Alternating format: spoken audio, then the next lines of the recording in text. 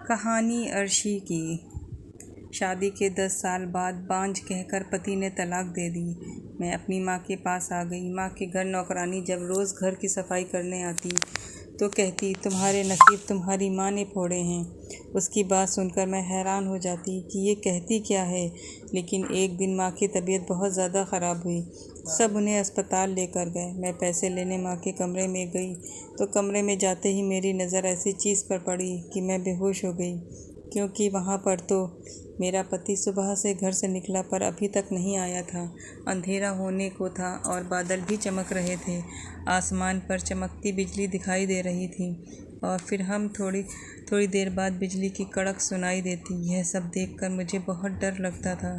मुझे अजीत की भी फिक्र होती कि वह अभी तक घर नहीं आए हैं। काफ़ी रात हो गई। कुछ देर बाद अजीत घर आए। उन्हें देखकर मेरे दिल में जान आई थी। डर के मारे मेरे आँखों से आंसू आ गए थे। अजीत ने मुझे रोता हुआ देखा तो पूछने लगे, तुम रो क्यों रही हो? अजीत के सवाल पर मुझे बहुत गुस्सा आया। फिक्र हो रही थी और ऊपर से ये बारिश और बिजली का कड़कना, मेरा तो दिल बैठा जा रहा था। मैंने कहा, इतनी रात हो गई, मुझे आपकी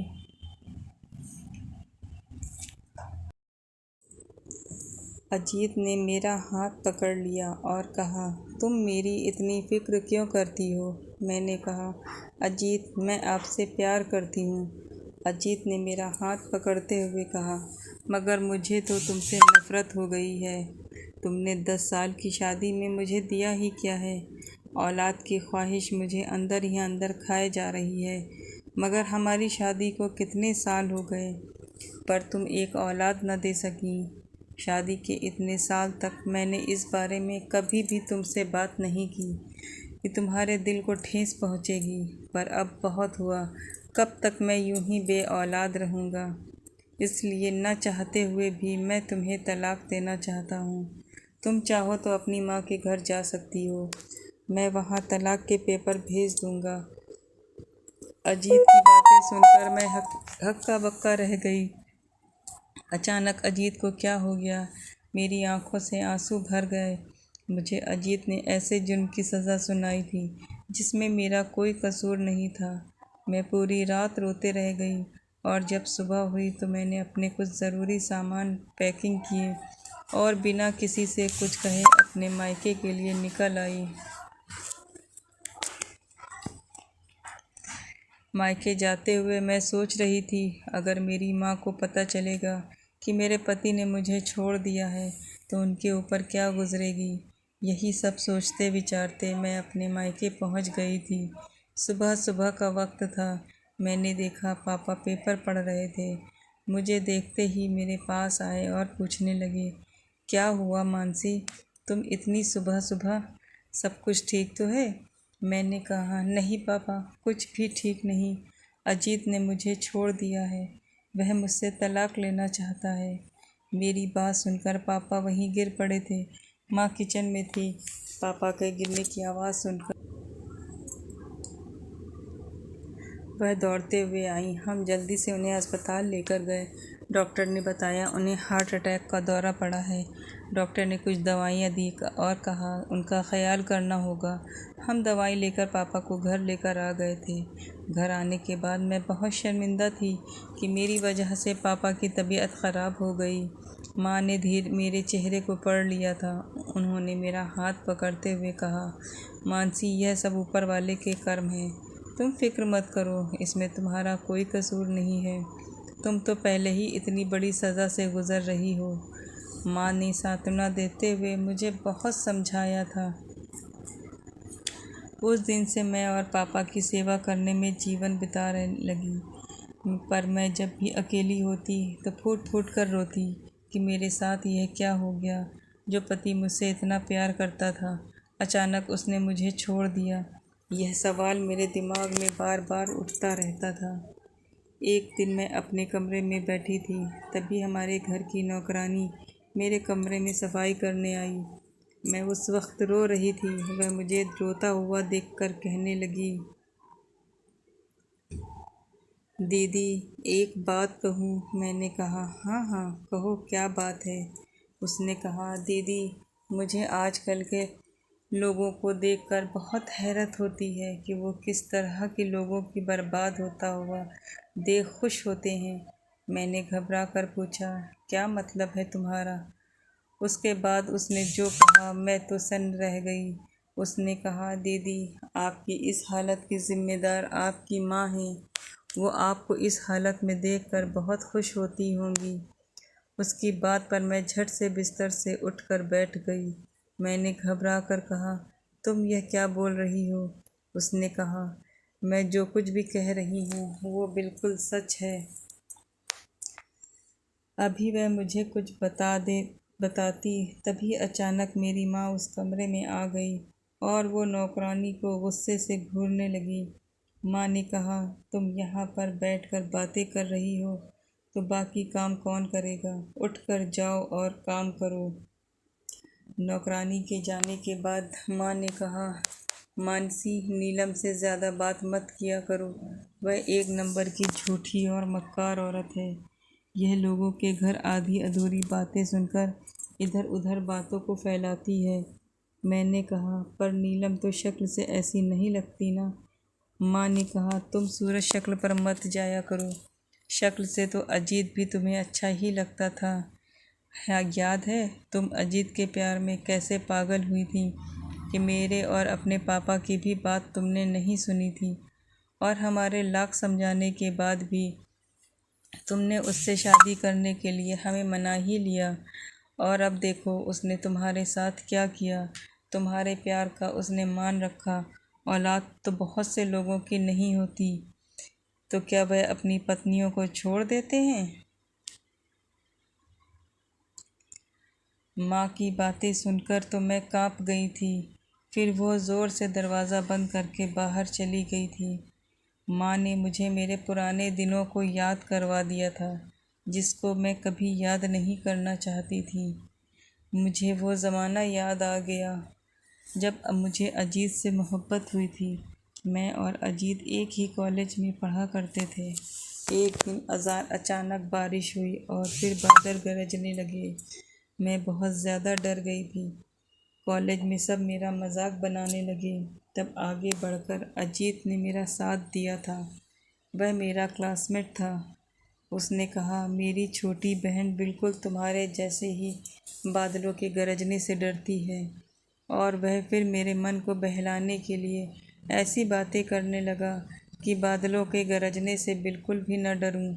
अजीत ने उस दिन मेरा बहुत ख्याल रखा और मैं उसके इस रवैये से बहुत खुश हुई थी कि कोई तो है जो मुझे समझ सकता है, वरना सभी तो मेरा मजाक बनाने में लगे हैं।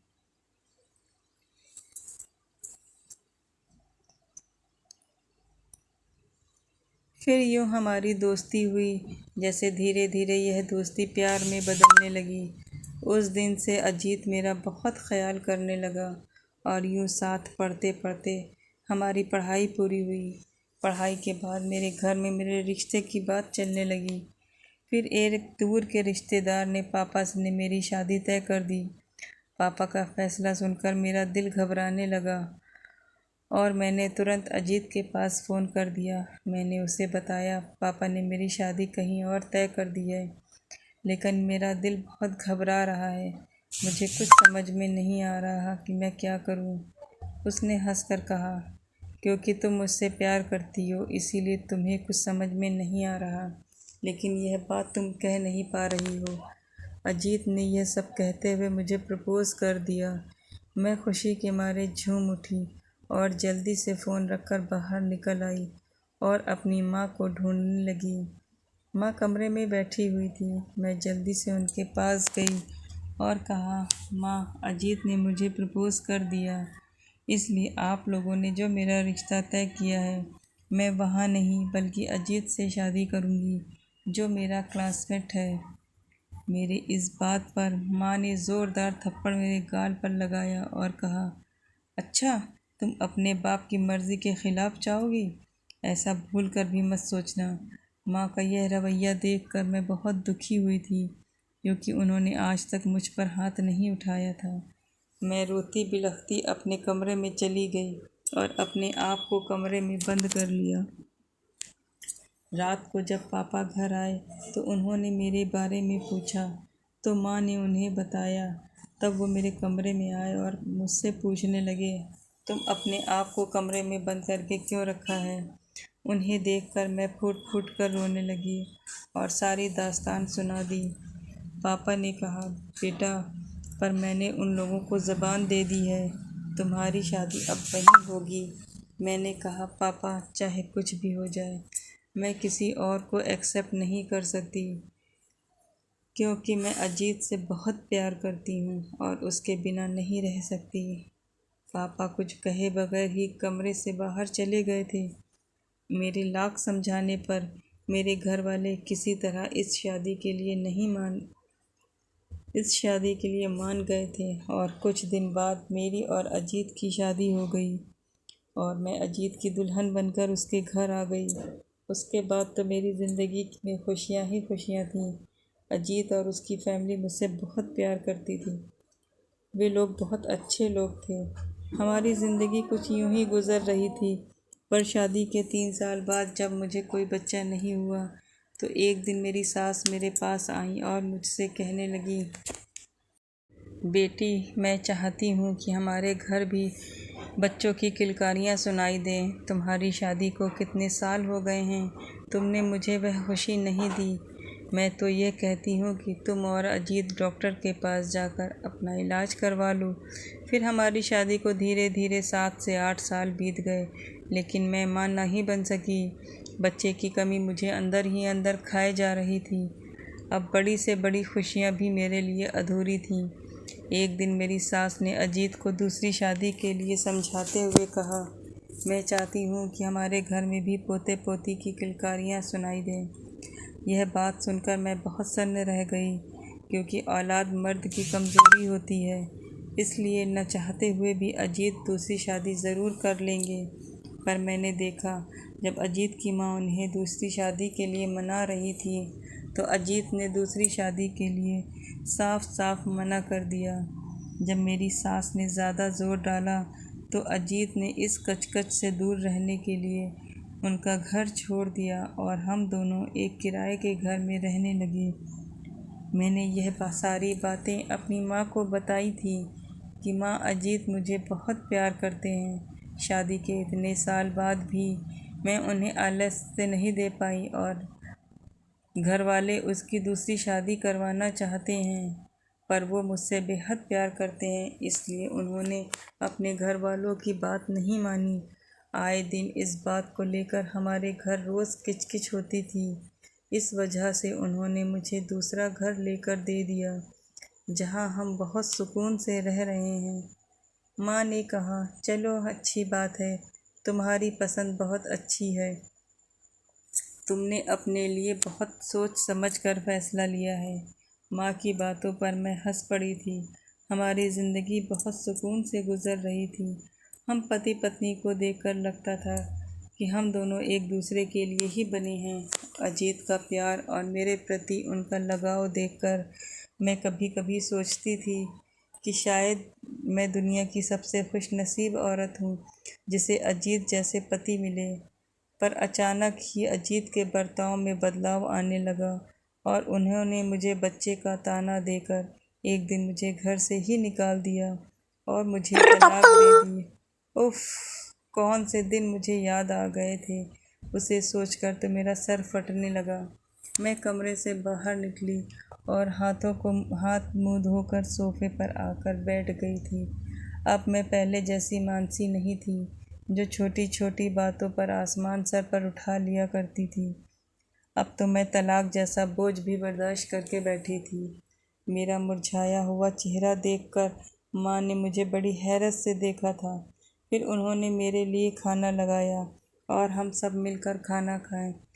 अगले दिन जब फिर हमारे घर की नौकरानी आई तो मुझे अकेला पाकर उसने वही बात फिर से दोहराई, लेकिन आज की बात उसकी बहुत सख्त थी।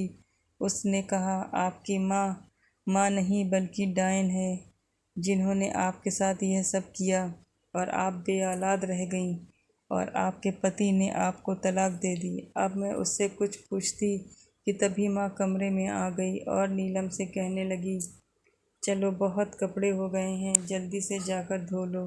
मैं उस दिन नीलम की बातों से उलझ गई थी। आखिर यह सब क्या है? नीलम बार बार मेरी माँ को दोषी ठहराती। क्या वो सच बोल रही है? लेकिन ऐसा कैसे हो सकता है? मेरी माँ मेरे साथ ऐसा क्यों करेगी? मेरी माँ को तो मेरी खुशियों से क्यों जलन होगी? वो तो मुझे खुश देखना चाहती है। लेकिन मेरे दिमाग से बहुत से सवाल उठ रहे थे कि अगर मेरी माँ ने मेरे साथ यह सब नहीं किया तो वो नीलम को मेरे कमरे में क्यों नहीं आने देती। ज़रूर नीलम के पास मेरी माँ का कोई गहरा राज था। मैंने सोच लिया था मैं अपनी माँ को यह राज पता करके ही रहूँगी।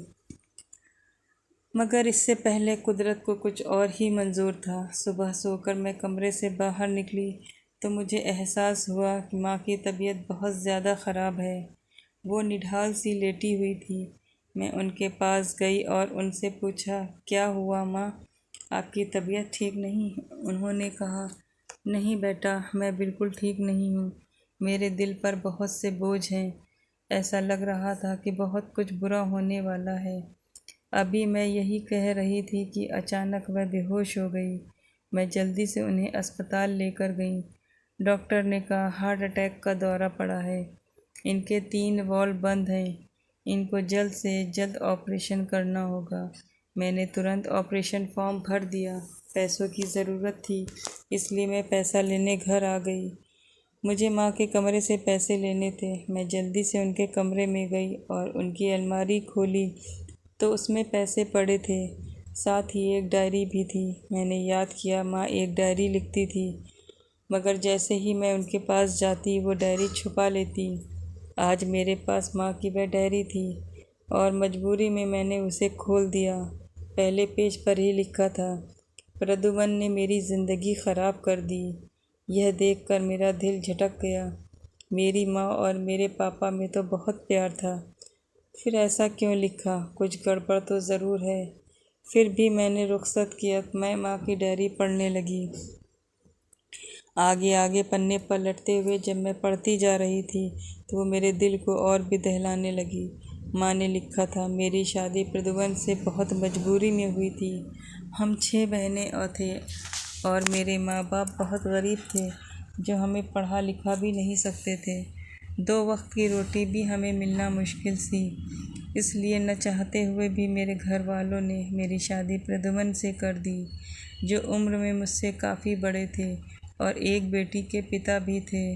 प्रदुमन ने पहली रात मुझे अपनी 2 साल की बेटी मेरी गोद में डाल दी थी। बच्ची बहुत छोटी थी, इसलिए मुझे उसका बहुत ख्याल रखना पड़ता। मैं मानसी से नफ़रत करती थी, लेकिन पति की खुशी की खातिर मैंने उसका ख्याल करना शुरू किया। प्रद्युम्न ने कहा कि उसने मुझे खुश देखने के लिए बच्ची को मेरे पास रखा था, लेकिन मेरे पास दिमाग ने भी काम किया था। उसकी इस बात ने मेरा दिल जीत लिया और फिर मैंने मानसी को दिल से अपना लिया और सगी बेटी से बढ़कर प्यार देने लगी। दिन ऐसे ही गुजरने लगे और हम मानसी की शादी के बारे में सोचने लगे। लेकिन एक दिन प्रद्युम्न का एक दोस्त आया और उन्होंने हमें बताया कि प्रद्युम्न के द्वारा की गई छल कपट की वजह से हमारी संबंधिता किसी भी रूप से ठीक नहीं है। उन्होंने कहा कि मानसी ने मुझे बताया कि प्रद्युम्न ने उसका ज़िंदगी से खिलवाड़ किया और उसे माँ बनने से रोकने के लिए उसके खाने में ऐसी दवाई मिलाई थी जिससे वो माँ नहीं बन सकी। मेरे मन में बहुत सारे सवाल उठ रहे थे। क्या यह सब सच है?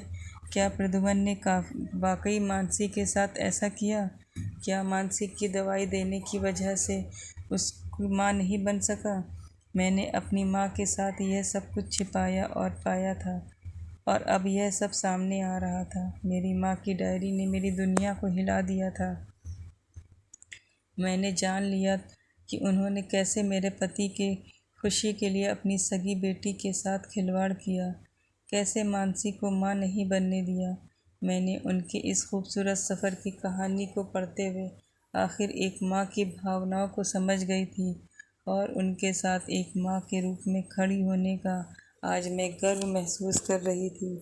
तो मेरे पैरों से तले ज़मीन निकल गई। मन में आया कि प्रद्युम्न को छोड़कर बहुत दूर चली जाऊं। फिर सोचा कि जिस बेटी की खातिर उसने मुझे बर्बाद किया, चाहे कुछ भी हो जाए, मैं भी उसकी बेटी की ज़िंदगी बर्बाद कर दूंगी। और उसी दिन मुझे पता चला था कि मानसी ने अपने लिए लड़का पसंद कर लिया है, और इसलिए मैंने उसे एक थप्पड़ भी जड़ दिया था, क्योंकि मैं चाहती थी कि उसकी शादी हमारी मर्ज़ी के मुताबिक हो। और मैंने अपने दूर के रिश्तेदार में पता करके उसके लिए ऐसा लड़का ढूंढा भी था। जो लड़का बहुत शराबी था, पर मानसी ने अपनी ज़िद में आकर उसी लड़के से शादी की जिससे वो बहुत प्यार करती थी, और वह लड़का भी उससे प्यार करता था। और मेरी सारी उम्मीदों पर पानी फिर गया, क्योंकि शादी के बाद सुनाई पड़ा कि मानसी अपने घर में बहुत ज़्यादा खुश है। लेकिन मैंने एक तरकीब निकाली। मानसी ने जहाँ पर शादी की थी, उसका घर हमारे घर से लगभग 2 किलोमीटर दूरी पर था। इसलिए जो नौकरानी मानसी के घर में काम करती थी, मैंने किसी तरह उसे अपने घर बुलवा लिया और उससे ढेर सारे पैसे दिए। और नौकरानी की मदद से मैंने वही गोली मानसी के खाने में मिलाने को कहा, जिसे मानसी कभी माँ न बन सके। क्योंकि जिस तरह मैं माँ बनने की खुशी के लिए तड़पती थी, मैं चाहती थी कि मानसी को भी वही तड़प मिले और उसका पति उसे तलाक दे दे।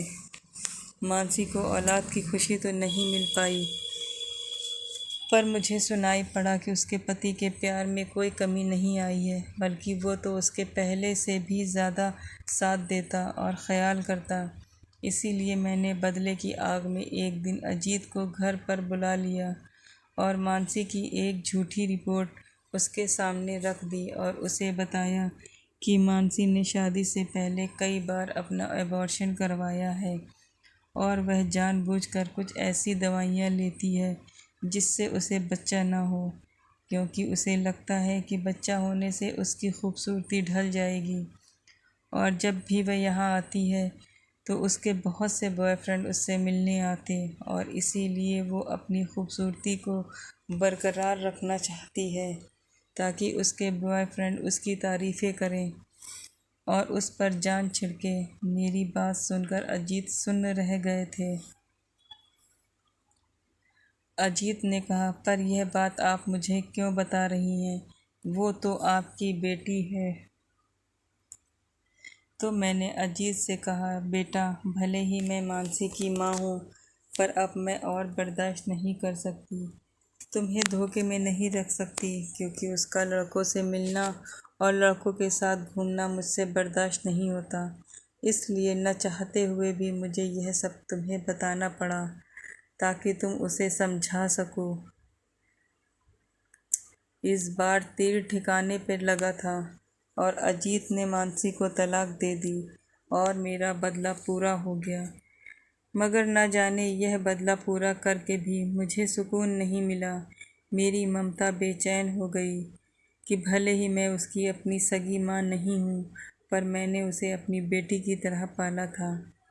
पर जब जब मानसी को देखती हूँ, मेरे दिल में दर्द होने लगता है। मैंने बहुत गलत किया है। एक मर्द की सज़ा उसकी बेटी को दे दी। जी चाहता है कि मर जाऊँ। मानसी से भी माफ़ी नहीं मांग सकती थी। आगे देखा तो डायरी खाली थी। मेरा रो रो कर बुरा हाल था कि यह सब क्या हो गया मेरे साथ। मैंने अपने आंसू साफ़ किए और जल्दी से अस्पताल गई।